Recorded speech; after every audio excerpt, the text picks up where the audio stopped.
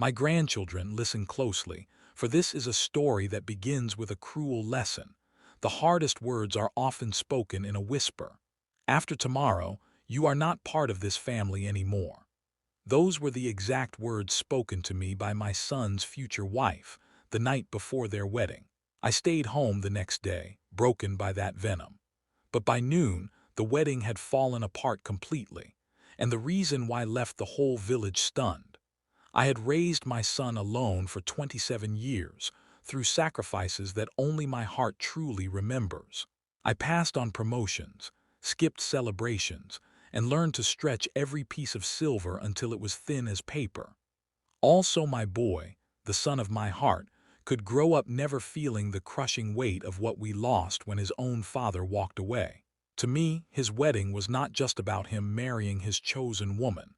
It was proof that I had built something worthy, that I had raised a good man against all the odds. At least, that is what I told myself. That evening, I journeyed to the place of the feast to deliver a gift I had spent weeks crafting.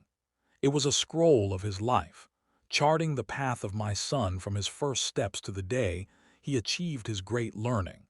I poured my entire soul into that scroll, wanting his future wife, the bride, to see just how much love and perseverance had shaped the man she was about to take as her own. The bride met me at the door. She was stunning as always, perfectly adorned, perfectly composed. But that night her eyes were colder than the river stones in winter. "Jessica," I said, holding out the scroll, "I made this for my son. I thought you might look upon it together tonight." She didn't even glance at it. Instead, she leaned in close, her voice low enough that no one else could hear. "After tomorrow," she whispered, her lips curling into the faintest smirk, "you are not part of this family anymore." The words hit me like a fist to the stomach. I blinked, unsure if my aging ears had heard correctly. "Excuse me." "You heard me," she breathed.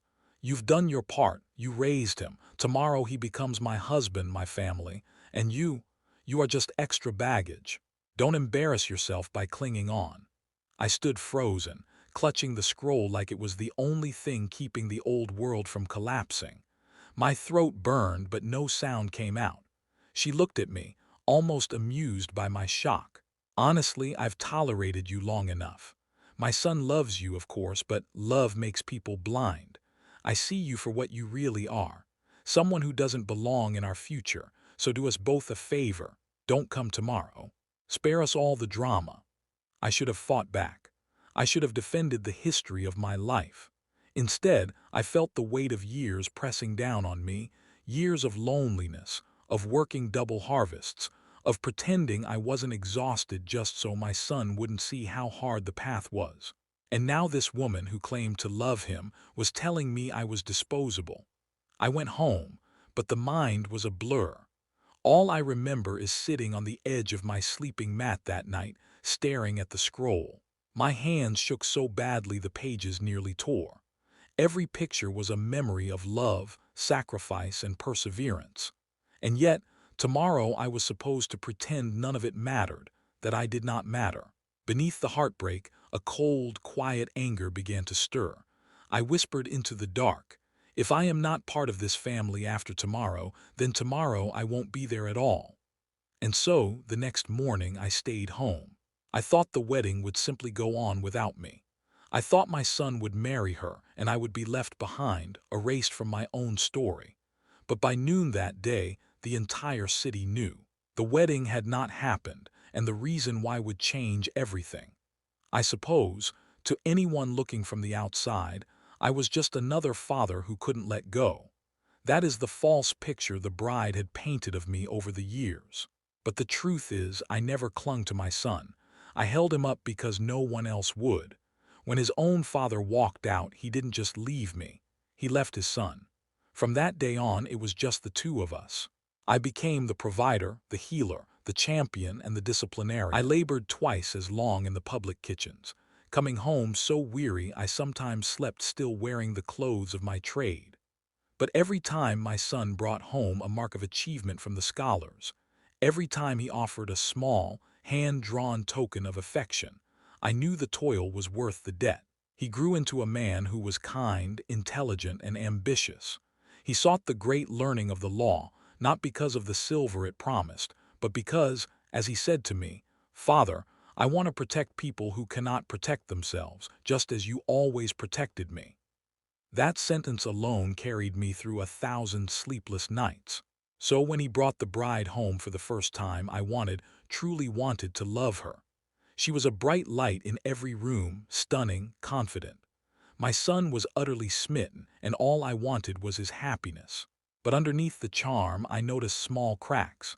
She was polite in the public square, but when my son left the room, her voice shifted, sharp, dismissive, as though speaking to me was a chore. She never asked about my life, my work, or the old stories of my son's childhood. Instead, she steered conversations only toward her own ascent, her future plans, her glamorous circles. I dismissed it at first. Perhaps she was merely young. But as time passed, the cracks grew wider. On my son's day of birth, I made the ceremonial bread, a tradition since he was a small boy. When I brought it out, the bride smiled sweetly and called it, "Oh, how quaint." "He has a new regimen now," she announced. "I'll make sure he doesn't touch this." She took the knife from my hand and set the bread aside untouched. My son laughed it off and kissed my cheek, saying, "Thanks, Father. You didn't have to." But I saw the flicker of guilt in his eyes. He knew I had stayed up half the night to honor that tradition. I swallowed my pride, for that is what fathers often do. Every time she dismissed me, every time she undermined me, I told myself it did not matter. She loved my son. That was enough. The engagement, the joining of paths, should have been my chance to finally feel like I was gaining a daughter, not losing a son. Instead, it only widened the chasm. The bride took full control of the planning. I was not asked to join a single council, not one decision about the feast, not even the arrangement of the seats. When I gently asked if I could help with anything, she gave me a tight, cold smile. "Don't worry, Father. We've got it under control. You just show up looking well, yes." It stung, but I smiled, nodded, and bit my tongue for my son's sake. But there were warning signs I should never have ignored. The way she always seemed more interested in my son's potential for wealth than his dreams of justice. The way she introduced him, not as her betrothed, but as the son who will be the great lawyer. Looking back, I realized she did not see a man. She saw a trophy. And the night before the wedding, when she spat those cruel words into my face, every tiny warning sign I had brushed off for years finally made sense. I was not losing my son to love. I was losing him to ambition, to greed, to someone who saw me, his father, as a loose thread that needed cutting out of her perfect little picture. And I let her. I let her until the next morning when fate decided to intervene. The morning of the wedding, I woke before the sun. For a moment, my body moved on autopilot. Water for the morning drink, laying out the pale blue robe I had purchased months ago, the one my son had praised. But then her words came back like a knife twisting in my gut. "After tomorrow, you're not part of this family anymore." I sat at the table, staring at the steam rising from my cup. I was choosing myself over my son. Perhaps it was selfish. Perhaps it was cowardly. But I couldn't bring myself to sit in that assembly, smiling politely while watching him vow his life to a woman who had already erased me. I placed the scroll of his life back in its box and slid it under my bed. He wouldn't see it today. He might never see it. As the morning light spilled into the room, the silent runner, my phone, began to buzz. Messages from relatives, from my son himself.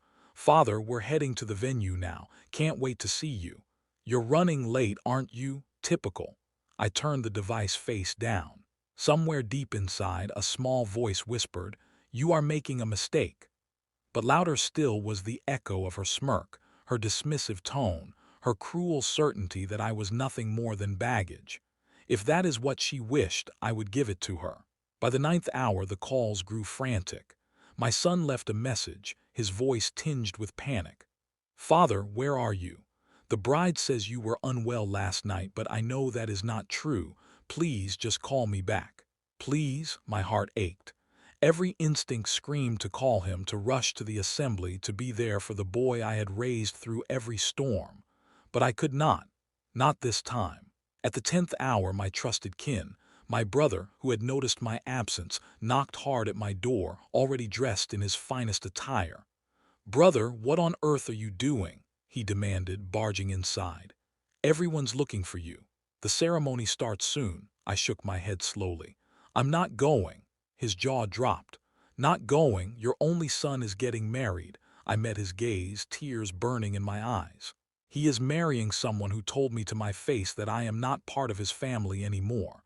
She doesn't want me there, so why should I go?" My kin's anger faltered, replaced by disbelief. "She said that, looked you in the eye and said it." He sank into a chair, speechless. "I won't sit there like a fool pretending I belong," I said. He pressed his hands over his mouth. "But brother, if you don't go, people will blame you. They'll say you abandoned your son on his wedding day." I let out a bitter laugh. "Then let them. I have been judged my whole life. What is one more judgment?" At the final hour before the ceremony, I watched from my window as neighbors departed for the church.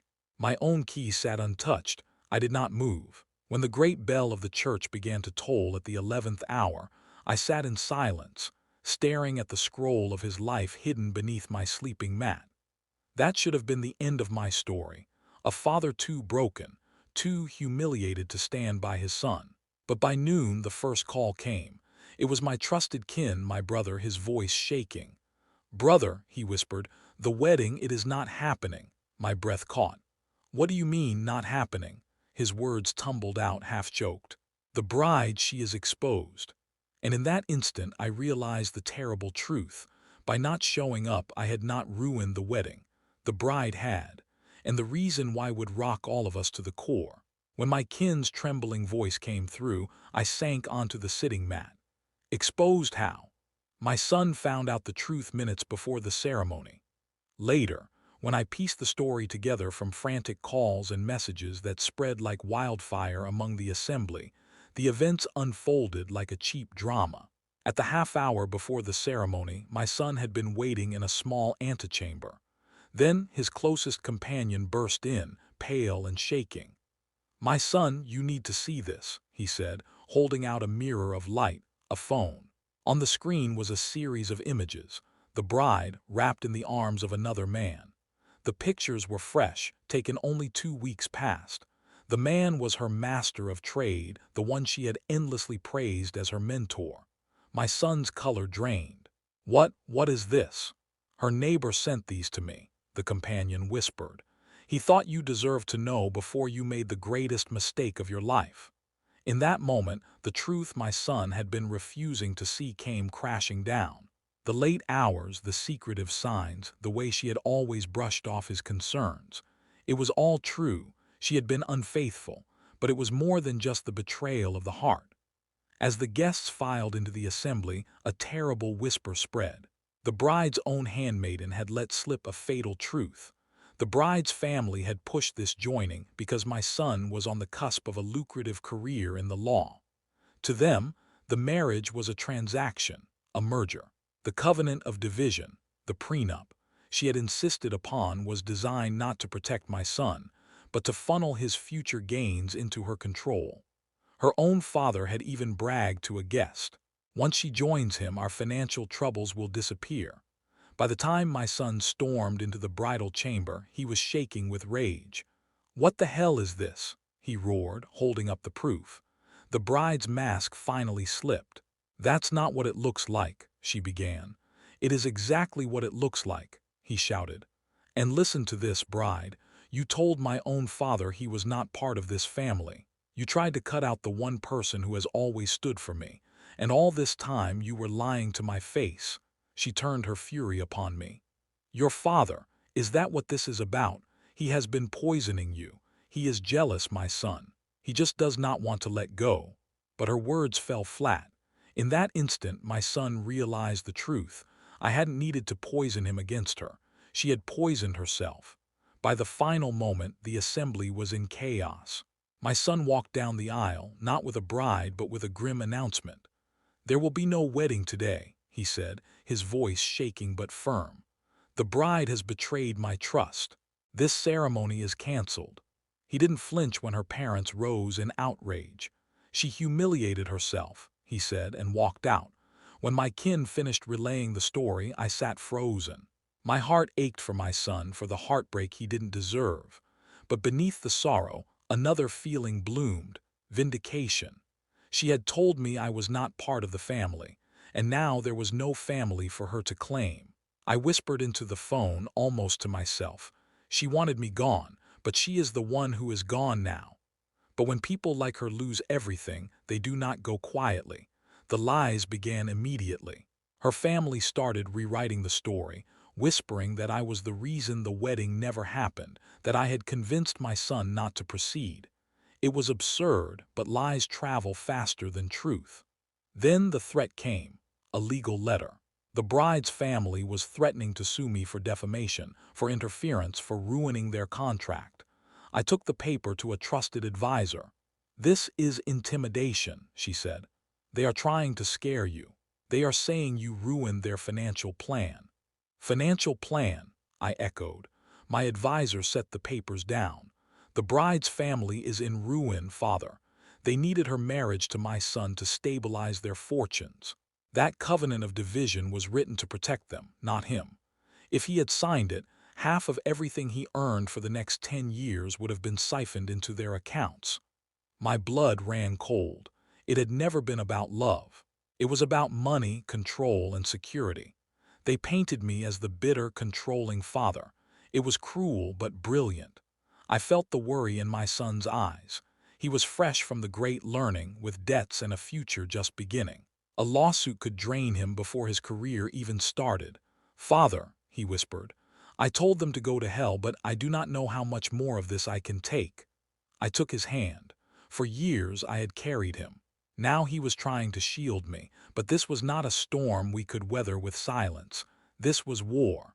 I remembered her smug words: "In this world, perception is everything." She was right. People believed her because she played the part well.